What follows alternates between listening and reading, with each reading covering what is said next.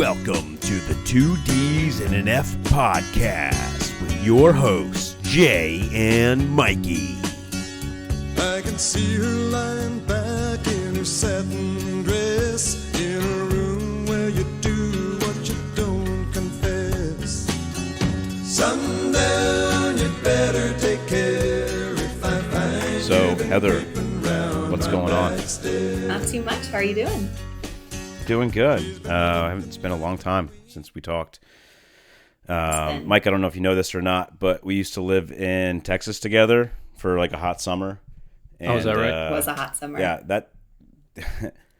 that was like, I miss Texas. That was a good time. I did Good not place like to be. Texas. I didn't really like anything about Texas, no. Yeah, it looked like you were having a pretty horrible time there. Yeah. I was having a blast by myself, but yeah, I don't know. I remember the guy you were seeing at the time, your ex or whatever, kicked a mirror or some shit, and I spent like a couple hours picking glass out of his foot or something. Was it his hand or his foot? I don't know. By the time he was a drunken mess. Yeah, by the time you got down there, things were kind of like starting to get out of hand. So I kind of knew I was going to like jump ship, but I think we had talked, months prior about you coming down. And then by the time you like got everything together to get there, by the time you got there, it was just like a hot I feel semi-responsible because of you just saying that. Like by the time you got there, everything went to fucking hell. No, believe me, it was already going to hell before you got there. So okay. I just kind of. What were you guys doing in Texas? I moved down there. The boyfriend I was dating at the time, his mom had cancer. And I guess she went down there for like a really intensive cancer treatment. And I was really good friends with Jay before we left. And I stayed in contact with him. And I was like, yo, dude, come down. Like we have a 2-bedroom apartment. It's fun down here. There's lots of opportunities for work. There's, tons of single ladies. So he was like, then I get right. I get a shitty cook job where like Mexicans are like telling me I'm lazy and shit. I had to walk a mile there and back every day because I didn't have a car for a while, and it was like fucking 100-some degrees out. I lost a lot of weight down there though. So did I. Probably lost like 30 or 40 pounds. Yeah. Yeah, it was not. Was you fucking dysentery? Mike, turn your mic up a little bit. A little bit? Yeah. All right. Yeah, so you were only there like a summer, right? Because I moved back in. Yeah. I moved back in September, but I think you were still down there after I moved home. Yeah. That was good down there. I love Texas. Yeah. So there's two things you wanted to kind of go over today. Well, first of all, you got a new career, right? You switched careers. Yeah. Actually, the whole Tell us a little bit about Texas thing. that. Whole Texas thing kind of jumpstart that. Yeah, I've kind of like always struggled with anxiety, and I got like it started getting really bad when I was in Texas because I was like so far away from home. Like we were poor, like you said, like my boyfriend at the time was just like out of control. So I moved home hoping to just like get it under control, and I moved home, and 2 months after I moved back, Chris Rudy died, and it was just like I was hoping to have, like a positive environment to come back to. And then like everyone around me was just hurting, like, I don't know if you guys know or not, but I've known Chris pretty much since I was born. Yeah. Our parents are friends. And then he was married to Teal, which was like, one of my really good friends. One of your best friends. Yeah. So I just started like drinking to deal with this anxiety, which I think like a lot of us did, we like self-medicated. Yep. So my anxiety was like under control then because I was going to Tuesday night PBR pounder for $2 and, doing stuff like that. But then like I got a job and it wasn't appropriate or acceptable to come into work hungover. And I was like, I got to get this under control. So I started going to counseling and yeah, I just like loved counseling and learning about myself and learning how to like deal with anxiety, and I made a career out of it. So I went back to school and now I'm a counselor. So you kind of talk other people off the ledge that have anxiety now, but you yourself still has anxiety? Yeah, I mean, you like prescribe yourself medication to like get over it or what? Yeah, so like I teach people coping skills and like grounding. Like when I first got into it, I thought I was like a naive grad student is like how I describe it. And I was like I want to help the world. I want to help like all types of people. And I really thought that I wanted to work with addiction. But I kind of found out quickly that like you have to go through something to be able to get to someone, Like I don't know what it's like to put a needle in my arm. Like I have major empathy and compassion for people who've struggled through that, who have like gotten sober. But like I can't sit there with someone and be like, I've been there, dude. Like I've worked through this. Like you can do it. Somebody would like not respect me at all or like laugh in my face. Like I have no idea what it's like. But anxiety I can relate to. So when somebody comes to me and they're like, I feel like I'm having a heart attack. I feel like I'm dying. I'm like so stressed out. I can't relax. Like I can say to them, dude, I've been there. Like you know what I mean? Like I know exactly what you're going through, and then kind of like talk to them and walk through it. Yeah. Anxiety can be crippling. Yeah, absolutely. Right. And I've had like a couple experiences with that. Not many to that extent, but like I've had experiences like where I felt like my heart like pounding out of my chest, and then my vision went blurry, and that was like over a job. Like I got a job offer like in Houston or some shit, or Austin maybe, or one of those, I don't know. But and it was like I was just like, it's been so long since I've been through something like that. And I didn't even go. Yeah. But yeah, I was just like, I was overwhelmed, I guess. I don't know. But like you said before, a lot of people, because they go to the doctor, and like especially these days, they don't like to just hand out like medication, right? Because they did that a lot back in the day. It didn't work out. So they just turn to self-medicating, like drinking and shit like that, or maybe some of them turn to heroin or something. Yeah, so absolutely. It's a shitty situation. Yeah, they've definitely cracked down on giving out like PRN medication. So that would be like Xanax or Ativan to kind of bring you out of it. Now they want you to like try counseling first, or a combination of counseling. So I have a couple of patients that, actually all my patients right now, under psychiatrist orders, they have to be able to keep on getting their meds. Like they have to be in counseling too. So like the doctors want to see that you're like trying things other than just relying on medication. Yeah. Yeah. So, how long was the schooling for? Did you are you going for like a doctor, and like what's your plan for the future? So it was a 2-year program. So I have my master's degree. I'm considered a master's level clinician. I was thinking about getting my doctorate, but that's like another 5 years. So that's pretty, I think I'm just going to like stick with, my husband was like, but then you can open your own practice at that point, right? I can actually open my own practice now. Oh, you can? Yeah. So I need 3,000 supervised hours to become a licensed professional counselor, which I'm working towards licensure right now. And then once I'm licensed, I can be on like insurance plans. So you can like call Capital Blue and be like, who's somebody in my area, and they could say, Heather Updegraff. But I need 3,000 supervised hours to do that. So that's like a pretty. How many do you have now, you think? Not many. Because it has to be under the direct supervision of like a licensed professional counselor, and you have to pay for it for hours. So it's like it's a long time goal, but I'm kind of enjoying what I'm doing now. Like I kind of went into a couple different fields to see what I liked. I worked in private practice for a little bit, which is like every type of population. That would be if you call like the back of your insurance card, you would hook up with me.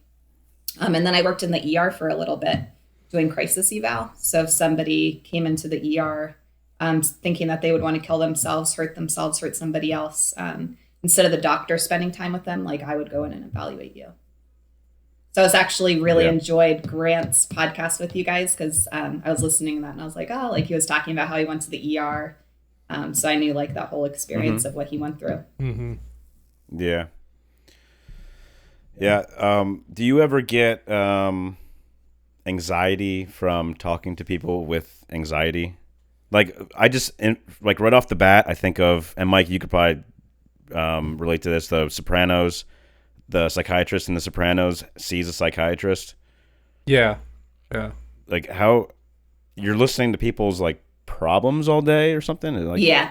So the 3,000 supervised hours is exactly that. Like you need 3,000 hours that you talk to another professional about, because there's things called like you can have countertransference. So that would be when somebody tells you like something super traumatic that happens to them, and like it traumatizes me because like I heard that, Like somebody like comes out and says, that they were like abused or they witnessed a crime, and they tell you the details of it because they come to you because they need to get this off their chest, right? Like they need to work through it. But like I'm hearing firsthand what somebody went through. And it's totally different. Like, you watch these Netflix documentaries or like true crime stuff and you're like, oh my God, this sounds crazy. Like, that's so interesting. But when you're actually sitting with the person who it happened to and they're like talking about it and recounting it, like it's deep, it's heavy, it's heavy stuff. So I see a counselor, just to like talk through that. And like, you have to be on top of your game. Like you can't let like your issues come into session. Like you said, do I ever get anxious from another person? Like, yeah, I do. But like you gotta stay on top of your game because I don't want my stuff to like right. But you're not there. You guys aren't there for you. You're there for the patient. Yeah. So you gotta be just like listening nonstop. Like if you miss something because you're thinking about your own thoughts or problems, and everyone has problems.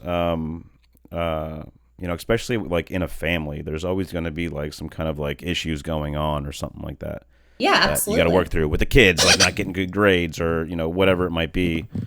The husband pisses you off one day or something, Yeah. And you got to just throw that shit away and focus on this person and their problems. Yeah. And I think there's such like a stigma about counseling. Like people think that you have to go to counseling if you have a major trauma that you have to work through. But in reality, like, everybody can benefit from some kind of counseling and, like bouncing your issues, your problems off of a neutral party. I like going in and just being able to like vent about stuff and not having to worry about hurting somebody's feelings or, like you could just be like genuinely honest with somebody who has like a non-biased opinion. So I make Michael go to counseling. I encourage like everybody to go to counseling because there's nothing bad that can come from it. Right, exactly what you said, non-biased opinion, just the outsider's view into your life. I was like, I saw a counselor for like 2 days about my anxiety actually. And all she did was tell me everything I already know. So I was just like, you know what, this is fucking stupid. Why am I paying for this? Yeah. So how do you like keep up? Like, how can you be a different counselor, I guess you can say? I mean, I don't know. Yeah. How can you actually get into the person's mind? Like she was talking about shit that was deep with me, right? But it's like, okay, I already know that. Yeah. It's my life. I know what the fuck I went through. Yeah. So there's all different types of like counselors and there's all different type of styles. And they say that you should really give it like 3 sessions before you make the decision to jump ship or not. I'm a little bit more laid back. I let people, like I like curse in front of people or, I just like, I'm a little bit less professional, but there's some people that don't like that. Like, I think that style works good for, I don't know. I don't like counselors that are too stiff because then I feel like I can't be like open and honest with them. So you have to like read the person. You have to read them as soon as they come. So you kind of have to know people. Yeah. And take one look at a person and be like, okay, this is who this person kind of is. It's kind of stereotyping in a way. Yeah. If you think about it. But you're not here, like you're here for them. So like you kind of give them what you think that they need, I guess you would say. Yeah. Yeah. So. It took me exactly 5 therapy sessions to figure out that I can just talk to my wife about my problems because my problems aren't shit. Like I had really bad anxiety, really bad depression for a long time. A lot of it was due to, fucking drinking way too much, just, self-medicating, whatever, just not being a responsible person. So I went to these therapy sessions. It was 2 different therapists. And what I would do is just sit down and an hour of me just getting everything out and just hearing myself talk and going through it. Like, oh, I don't have real problems. I don't have any actual real problems except for just self-sabotage. I do it to myself. I just get in my own way constantly. So over the last few years, just actually communicating better with my wife, with people in general, it has pretty much eliminated, shit I get hung up on is just, it's silly. Mike, let me ask you, from doing this, what we're doing now, this podcast, do you find yourself communicating with other people better? Yes. Yeah, me definitely. too. Yeah, absolutely. Definitely. Yeah, and that's awesome. That's awesome. But that's just my own experience with it. I know, plenty of people are very deserving of having a solid therapist who can help them through whatever issues they have, to help them be less focused on themselves as the problem, and how it affects other people around you, how it affects how people see you. But me, I just had to say my shit out loud, like, oh, I'm causing all my own problems, so I'm gonna try to fix it myself with some very easy steps.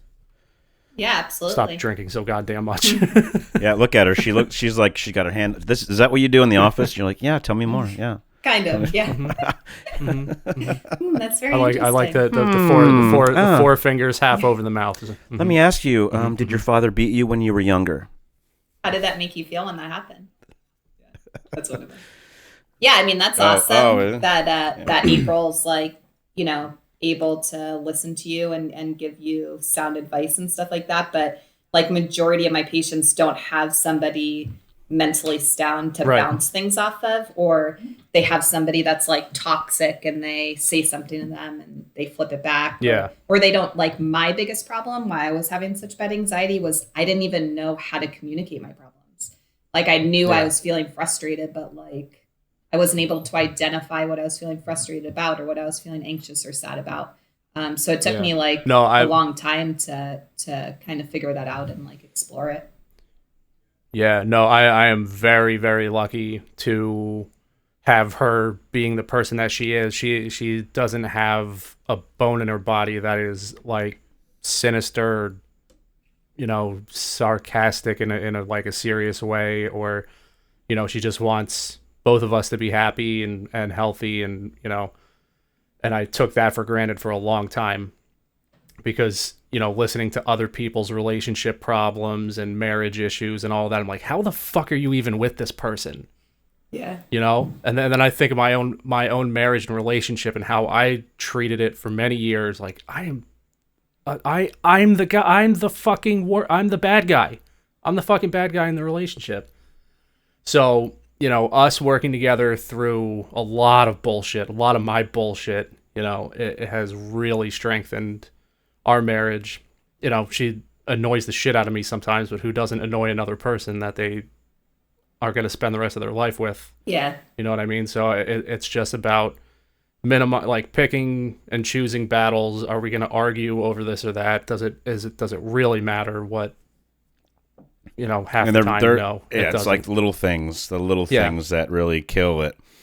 Yeah. That don't make any sense. Because when you argue about stupid shit, you're arguing about anything really. You're not actually arguing about that. You're just subconsciously pissed at each other. It's pride and leadership. Want to find any excuse to lash out at each other. We call that it's not about the burnt toast. So we say, like in the counseling world, like a couple fight over burnt toast, but what is it? What are you actually fighting about? Like, this isn't about burnt toast. So what does it really come down to? Yeah. I don't know. I don't like my toast burnt though, so I might get mad about that. And if you bring that shit in my house, you're get that fucking toast out of my house. Yeah.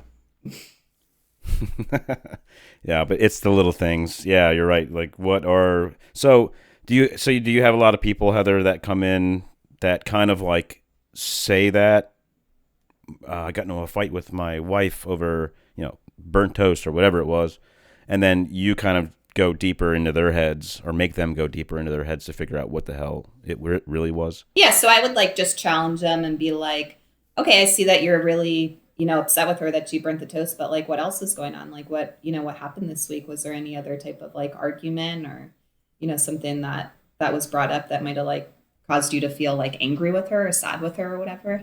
And the person's like, oh yeah, I did find her texting her, her ex-boyfriend. It's like, okay, well, Maybe that's it. Maybe that's what's going on. Yeah. You got it, dude. It's not always that simple, but yeah, right. For the most part, I actually don't really work with adults as much anymore. I did that for about 3 years. I worked in private practice with adults, but that shit's heavy. And so I went to the ER, and then I was working with emergency services. And when COVID happened, I pulled out because that was rough. So I work with kids now, and kids are like super resilient, and they're usually happy, and so that's like what age range? What age range are you talking about? I'm 6 through like 14, so I work in the schools. Oh wow, that's a wide spectrum there. Yeah.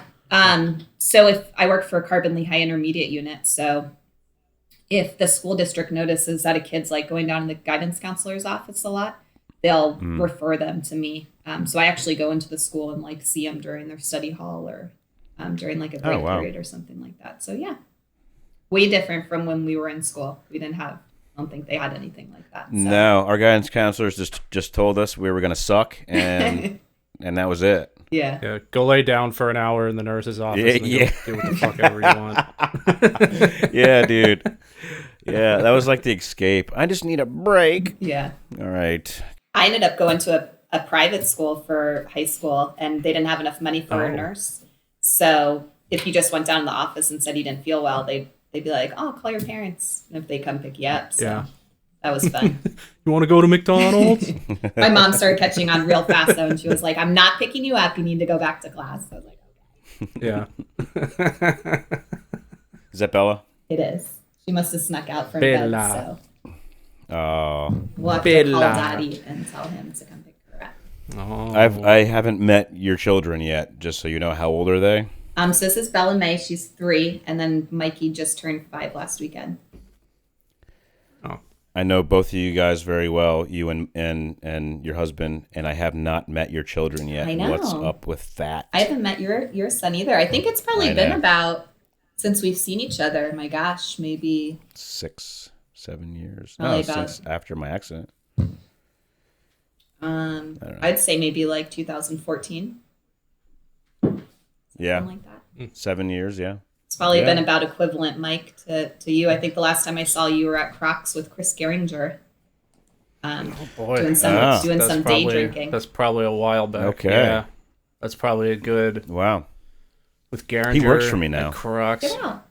Yeah, probably a while ago. I liked his podcast, too. He's a nice guy. I've always liked Chris. He's been through some crazy shit. Yeah. That dude.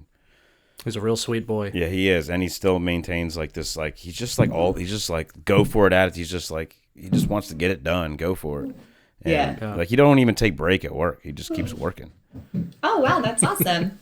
So he's like working with you, for you. Well, for me, yeah. Wow, that's awesome. Tell him I said hi. I liked his podcast. Yeah, I will. Yeah. Yeah, I liked how he was like raw about. I always like when you have people on and they're like honest and raw about like, mental health, and because that's my field. Yeah. So him and Grant were I would love to, if I had the dedication to be somewhat in a position of, a therapist, quote unquote. Like I always give people advice, but to be in like an official capacity like that kind of a therapist, I think I would do pretty well with that. But because in the past few years of like so much self introspection and like learning how my brain actually works and why I think the way I do and all that, I think I can share a lot of that. But I don't know if it would actually help anyone or not. Well, there's actually like on a lower scale, so not so much of a commitment school wise. You could become a peer specialist. So it's for anybody who has any type of like mental health struggles or has had addiction struggles. You can get this certificate to be a peer specialist. And because they've found that, like exactly what I was talking to you guys in the beginning when we first started, people who have been through situations like relate the best to people who are struggling. So like you could get like a job at like an addiction treatment center or something like that. Like they're always looking for peer specialists for when somebody's feeling like really down in the dumps, like, hey man, I've been there. Like, let's work through this and like share like a little bit about your story, because it gives them inspiration and hope, you know, like, hey, this guy went through it and like, look where he is now, you know, he's helping other people. So it has to be somebody fully cured, though. I mean, you wouldn't want someone that's going through it to kind of counsel you on how to get through it, because they haven't figured everything out yet. But how do you feel about psilocybin? That they're experimenting with mushrooms on to like get rid of anxiety, like a lot of things actually. Fantastic Fungi on Netflix. Netflix, I did watch that. Great documentary. Yeah, it's all about mushrooms, like medicinal mushrooms, you know, magic mushrooms, whatever.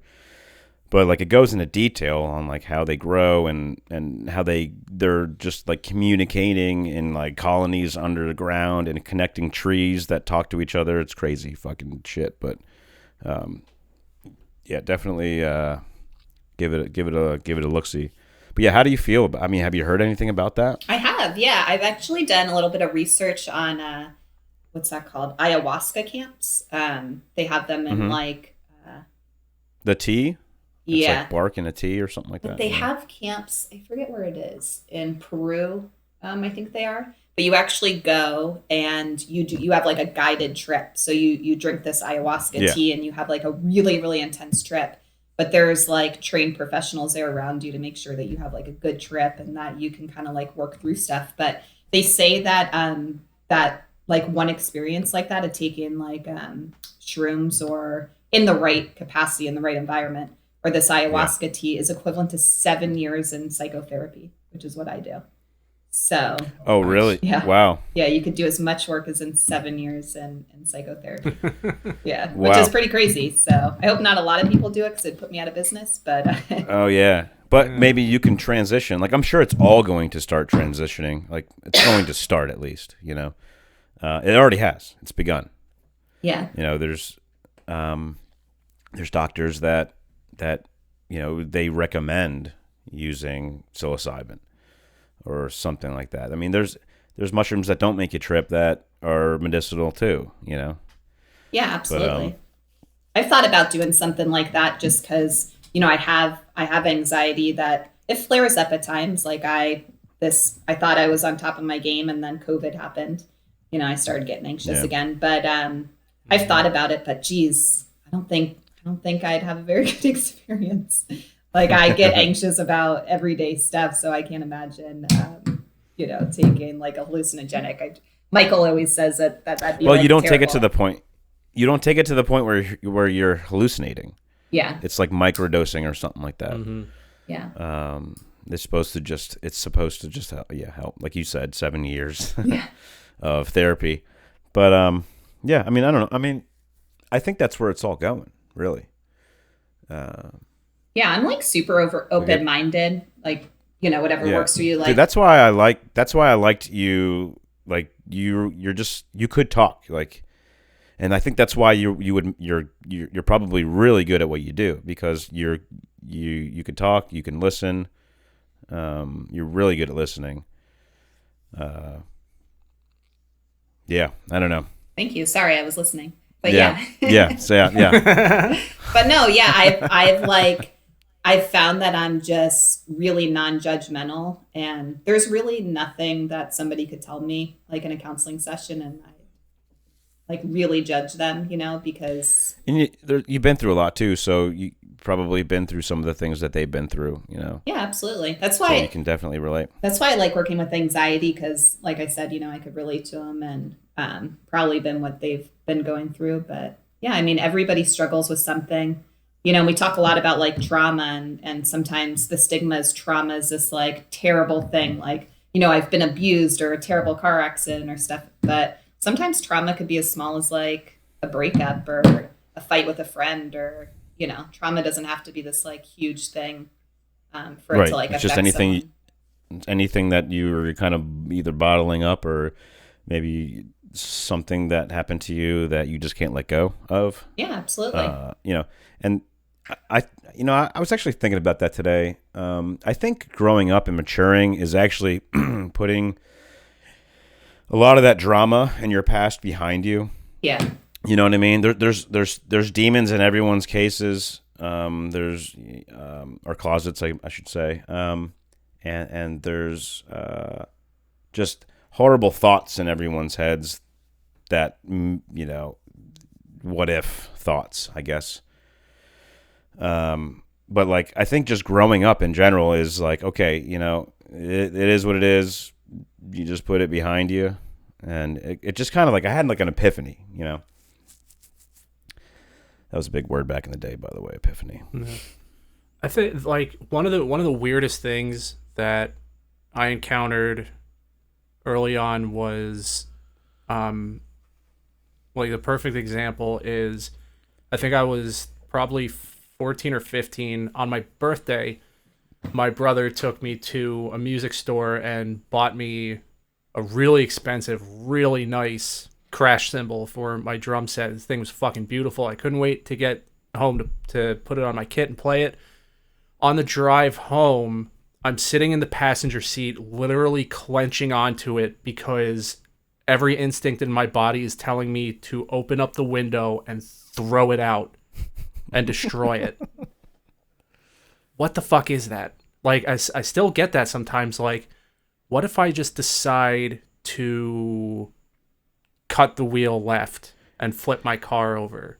Yeah. So what happens? You might want to go see Heather. If I just want to go over and see decide to like just suddenly change the trajectory of my life. Chaos somehow. theory. You're talking about chaos theory now. Is that what That's it is? actually, I mean. Go ahead. That's actually called harm OCD. So it's when you have like obsessive thoughts about what if I harm someone, what if I harm an object, what if I harm myself. So it's like it's just an anxiety, just like somebody could be anxious about going to the grocery store. Like, what if something really bad happens? I don't know. People like have panic attacks in grocery stores. But what if I drove this car into this crowd of people? Yeah. Like that sort of thought. Yes. And I don't get that kind of thing regularly. I just remember that one instance was just so overwhelmingly like, I almost did that. Why did I almost do that? Well, did you almost do it, or did you just think about it? I seriously, I was too like, am I gonna do this or not? Am I gonna do this? No, it would break his fucking heart. What am I doing? Like, wow. No, don't fucking do that, idiot. Yeah. Yeah. And then everything was fine. I don't know. I could never explain that. You might be a little psychotic, Mike. Maybe I don't know. Definitely am. Well, the fact that he is questioning those thoughts means that he's not psychotic. So. Well, psychotics that's can true. realize that they're a psycho. Some of them, maybe. Right? That's how you get past it. Usually the ones that don't? Usually psychotic, you have no like insight at all that your thoughts are like delusional. Like that's what makes you. So you want to see if to be able to identify if someone's like delusional or psychotic or not, you need to be oriented to people, place, or things. So you would like ask them questions like, who am I? Who's the president of the United States? Like, where are you right now? And see if they can. That's usually like a sign of delusion. Okay. And like like extreme narcissism and, like sociopathic behavior is like just completely not empathetic to anybody or anything really. You just kind of want to you just want to do exactly what you want to do without thoughts of repercussions. Yeah, so of so that would fall under a personality disorder, like a narcissist. And personality disorders are a result of like really traumatic childhoods or like a major trauma. It's a way for your brain to protect yourself from harm. So like a narcissist, like this is where I'm talking that I have really empathy for like all walks of life and non-judgment, but like a narcissist has no empathy at all for anyone and like doesn't care at all what their actions do, but they develop that somewhere in life because somewhere in life somebody was like really harmful to them. So they learn not to care about anyone or anything as a way to like protect themselves. So do you think anybody is like just born that way with some extreme like sociopathic tendencies from a very early, like there was no trauma, there was no defining event that shaped their kind of like passed out through generations thought process. That really intrigues me because there's like, what about people like Ed Gein? Like, I don't know if you're familiar with him, but he was like skinning people and like, doing like experiments on them. But if you've ever like read anything about Ed Gein or watched any documentaries or anything, he was like skinning cats and stuff when he was little. Like his parents were like perfectly normal and like they were like nice people and stuff. So I don't know, like, is it nature or nurture? Like there's no way to really tell. I've always heard that were they normal though? Almost always like a direct correlation between like when you're a kid and you like kill or torture small animals or whatever, you're most likely going to grow up to be a fucking murderer. Yeah, it's like a thing. See, that kind of stuff, just like, I love watching that stuff. I don't know if there's something wrong with me because I like watching shows like Killer Kids and stuff. I don't know if either of you guys have watched that, but Killer Kids? Yeah. It's all about kids that have like gone crazy. Oh, killed their parents or something? Yeah, there's actually an episode that's titled Allentown Massacre. And it's about those two kids that I think they went to Salisbury and they were skinheads and they came home and murdered their parents. Yeah. They murdered their parents and like their little brother or something like that. They lived off of East Texas Road, right? No, that was another one. So there was a whole episode about like what's going on in Allentown. And then there was one in Emmaus. There was the one off of East Texas Road right by where 𝐋𝐢𝐬𝐬 lives. Yeah. But there was one in Emmaus. I mean, I guess that was like a murder-suicide. Husband went crazy or some shit like that. I don't think it was kids. Crazy story about that. I was actually in that happened in like a double home in Emmaus. I was actually in the double home next door and we woke up to like the police knocking on the door. They had yellow taped and stuff. I don't know if either of you guys remember Becky Bogdan from high school, but she lived right next door. It was right across the street from the elementary school in Emmaus. And they wanted to tape up the doors and not let anyone leave because they weren't sure if anybody came over and was hiding. Your house? It was Becky's house. I had slept over the night before.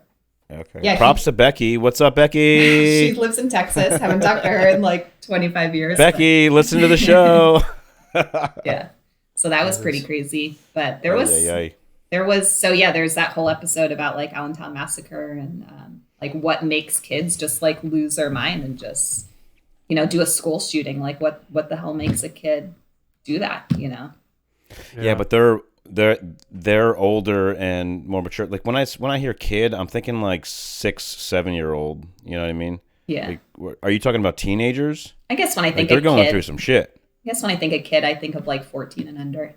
Yeah, 14 and under. I mean, even 13, 14, 14-year-old, their head's starting to get fucked. Yeah. A little bit. It's what's going on? Yeah. My voice is changing. I have a 14-year-old, and he's definitely in the phase of changing, and he's kind of distancing himself a lot more from us. I think that's all kids these days. They have the YouTube and whatever, but. Wow, he's 14. I just sounded really old there. They have the kids these days. They have the YouTube and the Instagram. Yeah, do you see a big difference in our generation when we were teenagers and all that? We were right on the cusp of starting to have the internet. We could go home and hop on the computer chat room if no one else was using it to go on the internet and whatever. But now it's so easily accessible with so much more information out there that kids can access. Do you see? It's got to be both positive and negative that they can be exposed to so much potentially at an early age. Because if you have shitty parents that don't pay attention to their kids and what they're doing, that's always transcended. Hey, come on now, Mike. I take offense to that. Well, But I mean, do you know where your back kids in the day, it would just be, parents ignoring their kids and their kids getting into trouble. I mean, it's kind of the same thing, but now they have this ultra powerful, endless information thing in their hand that they can take anywhere with them. Yeah. Do you see that? Where do you see that going in terms of shaping their their mentality as their brain is still growing. And yeah, is that an issue? Like, do they come to you or do you kind of like pinpoint that on maybe some of their problems? Definitely like social media cyberbullying. Like kids are like nasty these days, like making fake Instagram accounts, you know, and like just to slut shame somebody or, you know, the kids are really into TikTok and Snapchat. I never got on that game. I'm not really that familiar with it. So I try to stay trendy. The kids will be like, oh yeah, he snapped me. And I'm like, I'm not sure, you know, I'm not really sure. What the fuck does that mean? Go to your room. But who the fuck is snapping you? Yeah, I mean, I think that it's like when we were younger in like high school, I remember the big thing was like going into chat rooms. Like, you know, like, oh, I went into this like chat room to meet someone. But now they're, you know, meeting each other on these social media platforms, like meeting up or like dating someone that they've never even met before. So I think there's like a lot more dangers. And then Chris Hansen walks in. Yeah. I loved that show. Said you were here for sex. I only wanted to educate them about bad people. That's why I was here. That was like always there. Like, no. I don't know if it's like that anymore. Is it really still like that these days? Like I think there's so many procedures in place or kind of, I mean, I think it's a lot harder for a predator to pick up kids than it was, no way, you know, 20 years ago. I don't think so. You don't think so? No because way. I don't think I mean, the dating, there's no more AOL chat. You're not chatting online anymore. You're getting old enough to swipe right or swipe left on these dating websites. And at that point, you should be able to like defend yourself, like keep some mace in your pocket or whatever the fuck you got to do. But it's not as bad as it was before. Like, what was that cat? Catfish. No, it was like on Netflix. It was like don't fuck with cats. Oh, don't fuck with cats. Yeah. I mean, I definitely. Am I thinking of the right thing? Was that the internet one, or there was like an internet one where like some gangsters killed this girl, so you know what? I don't even know. No, you're on the right track. It started with somebody killing a cat, but then it like when they investigated, they found like a murder. That's what it was. Yeah, but that's not what I'm talking about. There was another documentary. Oh God, it's just like close, but way off. There's so many documentaries infused into my mind right now. I don't even remember any of them. That's what I did for a year during the pandemic. So I feel ya. Like on the flip side of, and I think I asked this question of someone else before, maybe on the show, maybe not. I don't know. With like in terms of kids in school, when they were, and now they're getting back in school, you know, minus the COVID year. Like if a kid isn't fitting in at school and doesn't have a lot of friends or any friends really, would you ever suggest like a kid go on the internet and find this group that is associated with this hobby that you're into, you know, whether it be fucking some kind of art or music, whatever, and try to make friends that way? Yeah, absolutely. So you have some kind of, like, it may not be in person. Yeah. But it's a group of people you can talk to. Yeah. Like if it's a safe, you know, not on fucking Reddit or, you know, somewhere where there's potential to, you know, lure a youngster. Yeah. Or whatever. Yeah, I mean, I'm a huge fan of support groups. That brings up a great point that, you know, that's something that's kind of evolved throughout this whole pandemic thing. Like, you know, people who are in AA, who are used to going to like AA groups every day at 9:00 in the morning, like, hey, you know, they could do virtual now. A lot of my kids were like majorly struggling with depression. This whole virtual school thing was rough, you know, on them. And lots of like support groups, virtual, talk to kids that are going through the same thing as you are, you know. Be able to I was actually thinking about that a lot during COVID, like, because when I was involved in AA for a little while, and just kind of stopped going. But I know there are people that need to be in those meetings every day, like surrounded by their support group to help them. And like, are they getting the same help and support online, where like they may be alone in their house or apartment or whatever, and they could easily be, drinking or doing whatever because they're physically by themselves. Like they don't have the support around them. Like I wonder what the rate of, falling off the wagon, getting on the wagon. I forget which one is bad, but yeah, I mean, because that's like kind of one of the reasons why I left my job in the ER, because people that were, sober for 15 years and were used to going to those AA meetings every day, like just all their coping mechanisms were taken away from them, and people just started going off the deep end. And it got to be like, I liked working in the ER because there was a certain level of like acuity that I could separate, like, somebody that's nothing like me you're able to talk to, but people started coming in that were more and more like me every day. And that's like hard to see, I guess. Like if someone's having like some kind of like existential breakdown or something, like they can go to the ER and get like, can they be seen from the ER by like a mental health specialist? Like yeah, that? So that's what I did. So I'm considered a master's level clinician.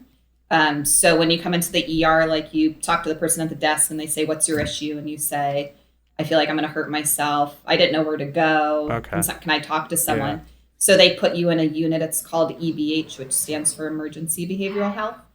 So like a doctor doesn't come in and see you. I would, because a doctor, like, in the ER, they have to get moving real fast. But I would have, 45 minutes to talk to somebody. So come in like, hey, what's going on? And sometimes it's as small as like, I didn't know where to go. I didn't know what to do. I don't have an April, like you do. Yeah. Okay. Or they didn't even know that they could like, so I help get them set up with counseling services.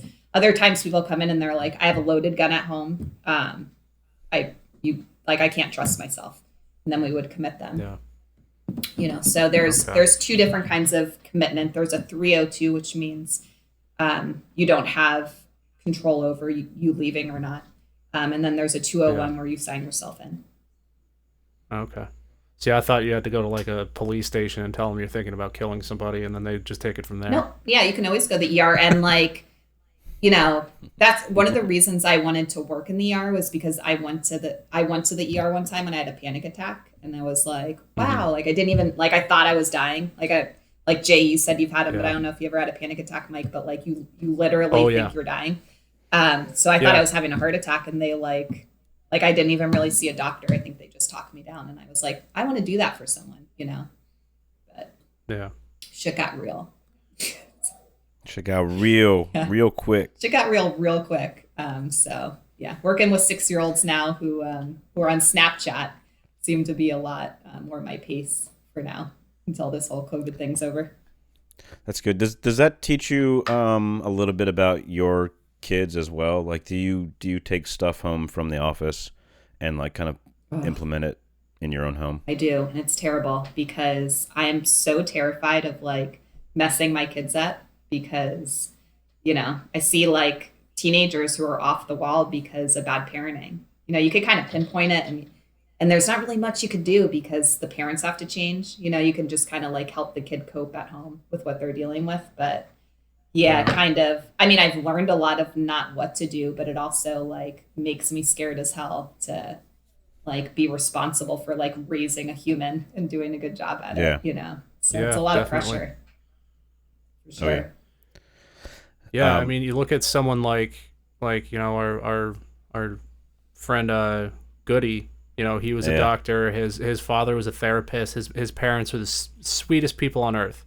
He had a very good upbringing. He was very the good sweetest childhood. person on earth. He was a very sweet guy, but he also hated himself viciously, and we could never figure out why. It's really strange how the mind works. I think about like if you have children and you work with children. Like my mom used to run a daycare but now she works at a daycare. So she worked at a daycare her whole entire life, and then she also raised 3 shitty children. So it's like, she had to have like been freaking out almost her entire life, I would imagine. Yeah. You know? It's like putting up with kids' shit all day, so when she gets home, she doesn't want to deal with it there. Yeah. But like just bringing your work home with you, that sucks. Yeah. You know? Yeah. That's why I see a counselor, because you need to like, you know, talk through that shit. You can't release. Yeah, you can't bring, in my line of profession, you can't bring your work home with you. It's just like for when I first got into it, when I first started, my first couple patients, I came home and I like talked to Michael, and he was like, "Look, you need to figure this shit out, because like I'm not talking to you about all of your clients, right? You know." Which is like complete. It's not ethical either. Like I shouldn't be talking about stuff, but you know, somebody just dumps on you for an hour, and it's like you got to hear this, like you know. So is that how you turn it off? You have to go see like a psychiatrist yourself to turn it off, basically. Yeah. Like it's actually a part of my job. I have to have once a week. I have to have like a supervision session, which is like like a counseling. Make sure session. You're not going crazy. Yeah, or to like, hey, did you talk? Because like you hear really. I mean, it doesn't happen all the time, but every once in a while I have to make like, I'm a mandated reporter. So I have to like make calls to CPS and stuff like that. And that, you know, it could be, it's deep, it's heavy, you know, but that's like 10% of the job is crappy. And the other part, like, you know, when you see somebody have like a great turnaround, like it's really rewarding. And I love what I do. It's awesome. Good. Yeah. Yeah.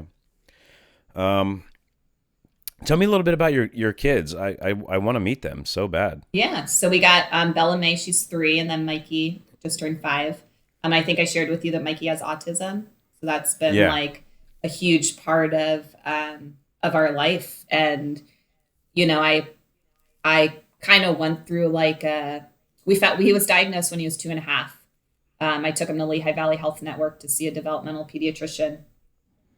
And they told us, and I was in denial. I was just like, you know, this lady spent 15 minutes with him. You know, of course, he's in a new room with a bunch of new toys. You know, of course, he's not going to look at her. Like, this lady doesn't know anything. Yeah. How can you take a child that's like, you know, just that's what they do, right? And say they have I don't know. I don't understand it.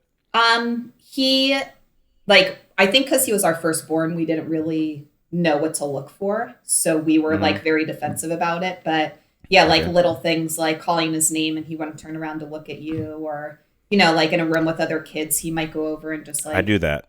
I do that.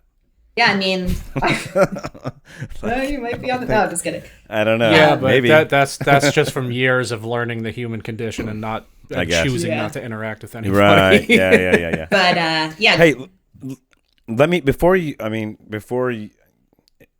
I'm sure you're not down about it now, but these are famous people that are autistic. Dan Aykroyd, Tim Burton, and there's different. Emily Dixon. There's different like types of autism, right? There's like, so it's called spectrum. Asperger's. And they actually don't have Asperger's anymore. That was more, they removed that from the DSM-5. So now it's just blanket autism. But I try to describe it to people as like a hearing impairment. So you might get diagnosed with a hearing impairment. It might mean that you just have to say, what, a couple times, or it mean that you have to learn full sign language. So there's like such a spectrum when you talk about autism. But the hearing thing is when you're a child, because I can't hear anything right now. No, I was just using that as like an analogy for like how large a spectrum is. It's the same as like, gotcha. Like having like a hearing. No, Yeah. Now, Asperger's was that considered on the more like extreme end, or the more that was considered like less high functioning. So Asperger's is usually like stereotypically like extremely smart with poor social skills, or like didn't know what like socially appropriate. Speaking of that, let me finish this list. Well, Elon Musk is one of them too. He's not on this list, but Albert Einstein, Bill Gates, Thomas Jefferson, Steve Jobs, Stanley Kubrick, Michelangelo, the fucking sculptor, fucking Mozart, Isaac Newton, Jerry Seinfeld. I knew Jerry Seinfeld, yeah. Tesla, Nikola Tesla, Andy Warhol. I mean, there's a lot on there. You know what's fucked up? I was looking it up before we went on this podcast, and I was like, maybe I have autism. I was like, I think I have a lot of these things. And then I was like watching my son closely. I was like, does he have? He might have it too. I was like throwing autism everywhere. Yeah. But there's such like a stigma around the label now. Like, I feel like, I don't know, I feel like somehow autism became like the new AIDS. Like, it was like, oh, their kid has autism, and it's just. I don't think it's like that at all. I mean, look at all the people I just named that technically have autism that are geniuses. Yeah. But it's awesome that you are that open-minded and see that. But a lot of people, like we didn't share with anybody for a long time. We actually just posted on social media for World Autism Day this year, which was in April, and shared that we had a son with autism because we were scared of we didn't want people to judge him. But I was at work one day, and people know I'm a therapist, so they try to tell me their problems all the time. And this secretary had been struggling with infertility. She was like, Heather. I was like, what's up? She goes, oh no, my husband wants to talk about adoption. And I was like, that's awesome. Maybe that's a good option for you guys. She was like, I don't know. What if something's wrong with it? Like, what happens if it has autism? And I was like, well, you'd love the child just the same. But there was part of me that was like, oh, people suck, people. Are we really doing this?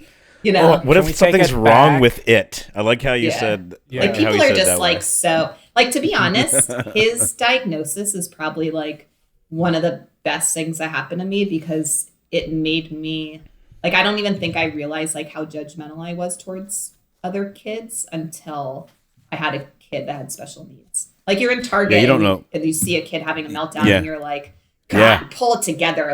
Look at these parents. That is me right now. I can't take this fucking kid anywhere. He has meltdowns everywhere. Yeah, and it's just I'm that parent that I used to be like, oh, what's wrong with these people? Yeah. Yeah. I used to be super judgmental and stuff like that, but I think unknowingly, I didn't know the other side of the page that it was hey, maybe that kid has sensory problems and the lights are too bright and they're overwhelmed, So it's been really awesome for me to have a kid that's taught me so much in his short 5 years on this earth.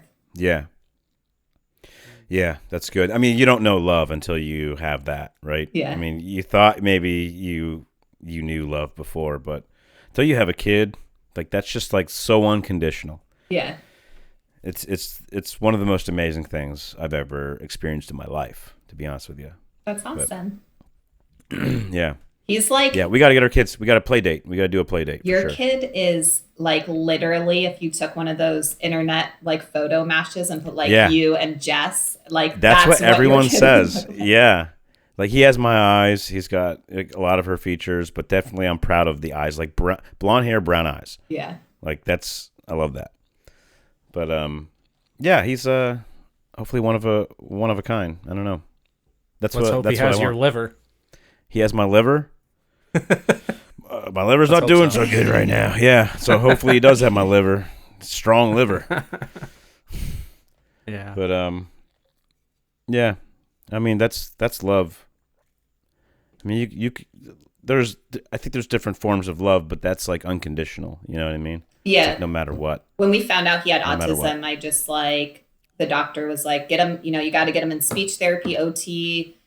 Feeding therapy, this ABA therapy, and I just went at it 150 miles per hour, and I was taking him to 25 hours a week of therapies. Yeah, that's what because I loved him, and that's what we needed to do to catch him up to speed. So he's 5 now. He's still limited verbal, but instead of focusing on him so much of how far behind he is, we've just totally let that go. And we're just hey, he's Mikey.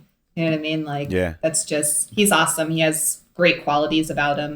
But I think for a long time we were bummed out about it. And we almost had to grieve the person we expected our child to be and just learn to accept him for who he is. Yeah. And that could all change, the mind is a powerful thing. We've been looking into, like I said, I'm open-minded, but there's all different types of stuff, even tinctures now, medicinal marijuana. There's a whole bunch of research now that like kids with autism are like thriving off of these like tinctures. So so I don't know, give it a shot. Yeah, I mean, you're gonna find. I mean, shit is changing. This world is changing drastically as we speak right now. You know what I mean? And it's what we needed.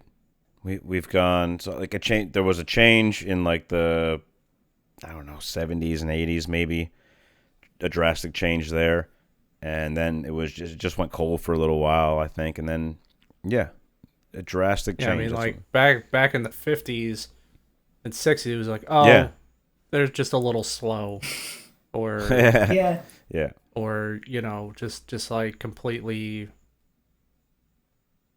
There was no help. There was a lot of research for anything. Yeah. Well, they say that they're like that, like autism diagnoses have like skyrocketed in the last 10 years. I don't know if you guys have ever heard that, and people are like, oh, it's because of these vaccines. It's because of these vaccines. And that's another thing. It's if you look at it, it's actually because they were getting like more intelligent and doing more research and able to identify it more. Where like I think people, like the whole like Silicon Valley of all those like super smart, computer engineers out there, like they said that statistically probably like 90% of those people like were on the spectrum.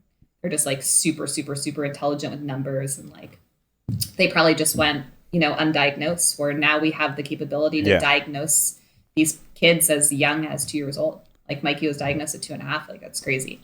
That is crazy. Yeah.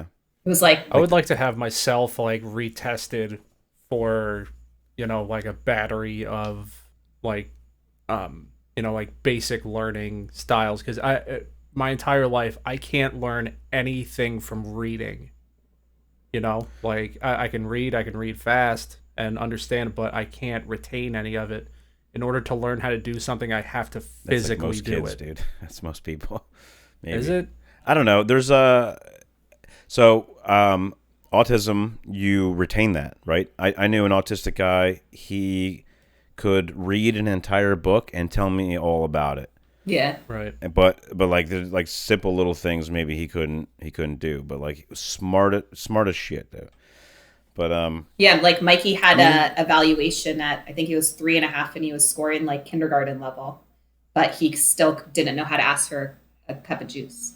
But he knew like all of his colors, like shapes, like he knew how to say like octagon, like so it was just like crazy. Yeah. So he is like super, super, super intelligent. So your brain just it's just your brain just works differently. Like something as small as like having a conversation is like really difficult for him. So you retain, you kind of leave out the truth of things. This is what I read anyway. I don't know. You know more than I know. But what I read was you kind of leave out the truth of things and you retain more of the other things because you focus on it more. You don't have all this back talk in your head of other things going on. Yeah. You just like, you focus a lot better on something, so you retain it more. Probably not like... Sound about right? Like, I don't know if I would say truth, but I don't know what's the word I'm looking for. Like... Well, they use truth as in like the news, like what's going on in the world and all this fucking shit that gives you anxiety. You don't have that. Exactly. You focus. Yeah, it's like you're able to focus. You're able to focus on what you're working on. If you're reading a book, you're able to focus on that and read the entire book in no time and give a fucking summary on it. You know what I mean? Because you don't have all these other things going on in the back of your head. Yeah. I think the expansion of the internet and a lot of people being able to communicate with each other is that you see that like firsthand that so many fucking people have gone through the same thing as you. Like what you thought was a huge deal growing up, it's just that was just kind of cringy, but that's happened to everybody. Yeah, like a bad relationships, like embarrassing yourself in front of a lot of people, something stupid like that you thought only happened to you, but it actually happened to like fucking millions of people. See, I was the complete opposite. Like even like so when I'm blanking fucking right now. Jesus Christ. like oddly specific like memes and shit that you see on Instagram and wherever, like that fuck. How the fuck did that happen to another person? I thought that only fucking happened to me, or I thought I only thought that. I think I have autism. Well, yeah, yeah, but my son like climbs anything he can climb. He will climb like the drawers in the kitchen, and he likes so. He's like a goddamn acrobat. He thinks he's Spider-Man for some reason. Like he'll jump off of the island we have in the kitchen, and he tells me to go back further. I'm not back far enough, so he tells me to go back further because he needs to run and jump, and he runs and jumps, and it's like scary because he doesn't give you warning, so you have to like be ready at all times. And yeah, we went to Donny Park actually last week, and there was like one roller coaster he can go on because he's not the height, like it's 36 to 48 inches or whatever. Snoopy Land. Less than yeah. Yeah. So this thing is the scariest thing I've ever been on. First of all, your knees don't fit in there. Like my knees were like up against like they were up against like the cart itself. And then, like, this thing just throws you around everywhere like you're going to break your neck. But he loved it, so I had to go on it a couple times. And then he wants to go on the big rides, like the hydro or whatever. He wanted to go on that, and he cried because he couldn't go on that. I'm like, dude, you're not 48 inches. You can't go on this. What does he do during the day? Does he go to daycare? Or does he he goes to daycare. Sometimes screaming. But it's good for them. Yeah. Yes, I mean sometimes he doesn't want to go. Like we make it a point to like for us both to drop him off. You know. Is it the daycare your mom works at? No. It's right down the street from my house. But sometimes it's a challenge to get him in there. He's a nutty, like I was crazy when I was a kid, you know. I was just bouncing off the walls constantly. He's doing the same thing, so I don't blame him. You know, it's a little much sometimes. And then, like, you know, when you're pushing 40 and your back's starting to hurt, it's not a good thing for this fucking 60-pound thing or 50-pound, whatever he is, to jump on your back every chance he gets or kick your back. You know? Yeah, the other day, Michael said he like hurt his neck, and I was like, "Oh, what happened?" He was like, "One of the kids was crying in the back seat, and he like turned around too hard." Like, and I was like, "We are getting so old." Like, you threw your. What happened? I turned around. Yeah. Like he moved his neck too hard at like a certain angle, and now he has like massive neck pain. So, yeah, I mean. We send our kids to daycare 3 days a week, and because I just work like as a counselor, you just do like contract hours. So, but geez, those other 2 days that they're home, it's like it's nonstop. Like, you know, it's just they want to be entertained like every second of every day, and it's hard. Yeah, and we don't really have an escape. Like we don't have like my parents will take him sometimes. He doesn't sleep over anywhere. Like her mom doesn't take him. Her dad is just like can't barely take him himself. So it's just like we don't have an escape. It's nonstop. So daycare is our escape. Work is our escape. You know what I mean? And then my work is stressful as fuck. And then she works part-time still, but like over like maybe a little over 30 hours a week or something. And then she comes home and she does what she has to do here, you know, try to help clean and do laundry, and there's like a lot of shit. And then I come home from work, and it's just like this wild house. Like I got a 14-year-old and a 3-year-old that are constantly fighting. Fighting. 3 and 14. Fighting. Really? Well, the 14-year-old's trying to be helped. The 3-year-old doesn't want any help, but he needs help. And the 14-year-old's, you know, it's just, it's a mess. It's a goddamn disaster. No, what you should do, you should just have another You're a goddamn disgrace. No, it's not a disgrace. It's just I don't know what I expected, but he's that kid, like you were saying before. He's that kid that if you go to Target or something like that, he's throwing a fit with something. Yeah. So. And that comes back to like a little bit ago we were talking about, is it nature or nurture? And it's like, God, I don't know, because Bella May is like a little bit more rambunctious, like you're saying, but Mikey's like cool as a cucumber. He's like Michael. Yeah. So it's like, I really think it's like in their DNA. You wish it was cool as a cucumber?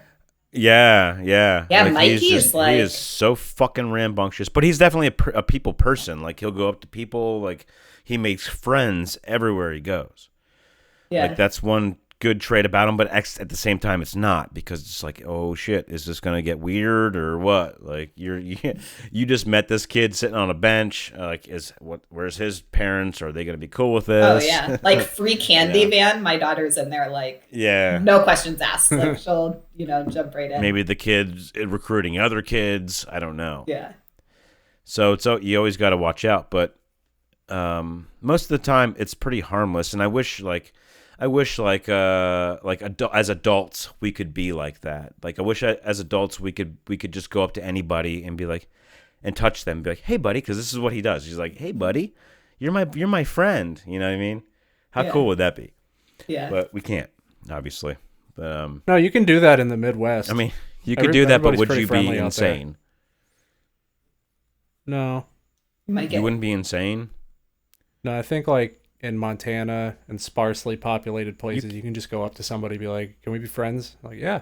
Yeah, but you can't go up to them and rub their hand and be like, can we be friends?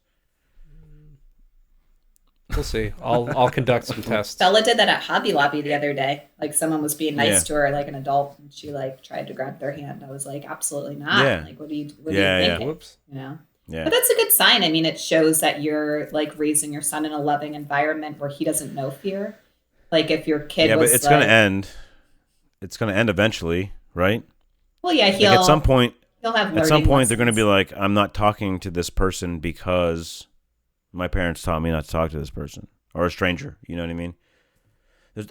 Stranger Danger was a commercial in the late 80s, early 90s. Yeah. Right. Of course, you don't want to go up to a random person because you don't know them. But, I don't know. I think I just don't think we're ever going to get that. Like that kids will never like what kids have.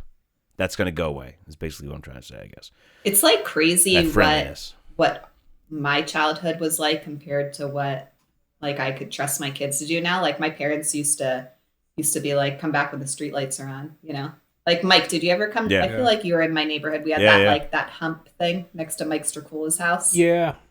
And people used to just, or like ridings. We used to always like walk down to the ridings and neighborhood and like we could just disappear, go ride our bikes to Albertus or wherever. I remember one time my brother rode his bike to the South Mall and like didn't tell my parents. Like that was a pretty far. That was a pretty. I mean, we lived in McKenzie, so that was pretty. Yeah. And my parents sat out and they're like, "What?" Like I think that was the only time he ever got in trouble because he had to ride his bike on like, major roads. But they didn't know where we were for like 5 hours at a time. Like come home when the streetlights are on. So what are we doing as a generation? Like we're all the same kind of generation. What are we doing that's going to change that? Like, are we going to pay more attention to our children to the point where we cannot let them express themselves or like go out on their own to find whatever it is they're looking for? I can definitely say that I mean, it might be because of my exposure to the field that I'm a little bit more like hyper aware of stuff that could happen, but I mean, I don't take my eye off my kids because I know. Yeah. But at what point do you like to relax yourself? What point do you take your eyes off your kids? When they're like 18? You know what I mean? That's a long fucking time. Yeah. To keep your eyes on your kids. Well, and especially because I know like I lied to my parents all the time. Like I just recently started telling them, like, I was never sleeping, like where I said I was sleeping or like I remember one time I was at was Micah Ackerman's house and the police came, and like the police officer said we had to like call all of our parents. So I called Lauren Lukuski's parents and said that it was my parents. And like, you know what I mean? This is stuff like my parents think I'm like having a nice sleepover somewhere, you know, and really I'm like getting taken home by the cops to somebody else's house. But you turned out okay. Yeah. So I wish I would have had fun when the cops took me home. That's what I was saying. But yeah, I mean, especially knowing the kind of stuff that I pulled, like, I think I'm going to be like a little bit like micromanage them, which just sucks. Yeah. Like I hope I chill out a little bit. But did your parents micromanage you at all? No, they didn't, you know, they were like, come on. Not at all? Yeah. Leave me alone. Not the littlest bit? Because, I mean, I saw your parents come to Texas, and there was something happened where you were, like, flipping out. Well, yeah, because I was... It was like your mom trying to micromanage you a little bit, I thought. Yeah, I mean, they did to a point, but I think that got more when I was, like, teenage years, that they started, like, micromanaging a little bit more, only because my brother started getting into trouble. So they started. You were in your 20s. You were in your when they came to Texas. At that point. Well, when I came to Texas, they were like, you know, you're really stressed out. You need to move home, and that's kind of where the fight started. And you were like, "Fuck you, mom!" Don't tell me what to do. You were like out. I remember you were outside with your mom, and you came storming. Like me and your dad were watching like an Eagles game or some shit, and like you were outside with your mom, and like you came storming in, and like, "Fuck this." Yeah. I was like, what? She didn't like my boyfriend at the time. And I was like, you know, I was trying to make it work. But, and then I ended up coming home like a month later. But they wanted to leave. They wanted me to leave with them like when they were heading back. Oh, is that That's why? what it was about. So, yeah, I mean. Well, your brother and my brother they were in their crew growing up, getting into fucking shenanigans together. Oh, my God. Yeah, my brother went to senior week for, you know. I don't know. I probably shouldn't air his dirty laundry, but yeah, I was privy to many of those stories. So he got in trouble a couple times, and you know, then my parents started being like, "All right, what is she doing?" But yeah, I mean, for the most part, I'm talking more like, you know, 8 years old going to play kick the can for, you know, 5 hours outside, and like you're down at the park or riding your bike to IGA. Like I kind of more was talking about that stuff. IGA. There's an IGA up at the place we stay in the Poconos, so I love it. Is it really? I love IGA. Yeah. If anybody out there has any pictures of the IGA in 𝐋𝐢𝐬𝐬 that used to be there, please send it to me. Well, Heather, do you want to? Oh my God, what the fuck was I gonna say? Is there anything you'd like to get out there in terms of, you know, anyone who may be experiencing, you know, severe anxiety, depression, ways they can get help, you know, resources they can use? Yeah, absolutely. Especially nowadays. So if somebody would like want to talk with a counselor, if they have insurance, there's just a number on the back of your card that you can call, and they'll connect you with a counselor in the area. If you don't have insurance, you could always go to someplace like Lehigh Valley Health Network or St. Luke's. They have like community outreach programs. And if you're feeling in crisis, like we kind of learned tonight, you can always go to the ER. But I think it's really important for people to know that everything you say in a counseling session is confidential. I said earlier that I'm a mandated reporter, which means I would have to let someone know or let authorities know if someone is hurting a child or hurting like a mentally or a disabled person, or if you openly express to me that you're going to hurt yourself. So if you say like, you know, as soon as we get off this session, like, you know, I'm thinking about ending my life, like I'd probably have to report that. But outside of that, like you can say anything. Like you could say. What about like what Mike just said earlier? He was just talking about how he had thoughts about like running people down and shit. Like, would you have to report that, or? No, I'd probably probe it to see. So you need to know to be able to report. Mike. Yeah, to be able to report it, I need to have like substantial evidence that it's like concrete he's going to hurt. So he would need to say that when we get off this Zoom call, like I'm going to get behind the wheel of my car and like look for somebody to hit. Like it needs to be like really. I've never had to break confidentiality to this. All right, let's leave it up. Well, I'm gonna go grab something out of my car. I'm gonna be gone a long time. Just let's keep going. Yeah, and sometimes it doesn't. So we're gonna report you, Mike. We're reporting you. Sometimes it doesn't always come out as, flat out like I'm going to hurt myself, but there's other indicators to look for. So like, kind of got to read between the lines. Like I'm a burden on my family. I really don't think anybody would care if I was here anymore. I'm getting my. I mean, your job is basically to read between the lines anyway. Absolutely, so you should be able to spot those in no time. Sometimes when me and my husband argue, he's like, "Why did I marry a therapist?" Like he gets like all upset because I try to Jesus Christ, try to play mind games. I always wondered that. Like, what would it be like being married to a therapist? Are they critiquing you like on a constant basis? Yeah. Are they always thinking about? Is it just constant gaslighting? Yeah. Yeah.